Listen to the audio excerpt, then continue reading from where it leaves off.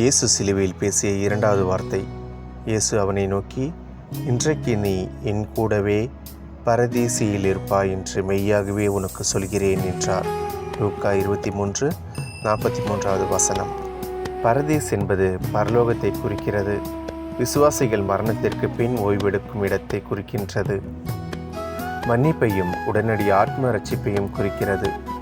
2 கல்வர்களில் இயேசு கிறிஸ்துவின் இடப்பக்கம் இருந்தவர் சிலுவையில் அடிக்கப்பட்ட மரிப்பதற்கு சிறிது நேரமே இருந்த சூழ்நிலையிலும் ஆண்டவராகிய இயேசு கிறிஸ்துவை குற்றம் சுமத்தி கொண்டு தன்னுடைய தவறை உணராமல் கடினமான இதயத்தோடு இருந்து இரட்சிப்பை பெறாமல் பரலோகம் செல்வதற்கான பாக்கியத்தை இழந்து போனேன்.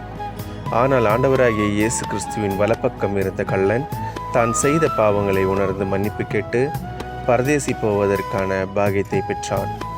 இந்த நாட்களிலும் கிறிஸ்தவர்கள் அநேகர் தங்களுடைய பாவங்கள் குற்றம் குறைகளை உணர்ந்து மன்னிப்பு பெறாமல் பரலோகம் செல்வதற்கான பாக்கியத்தை இழந்து போகிறார்கள்.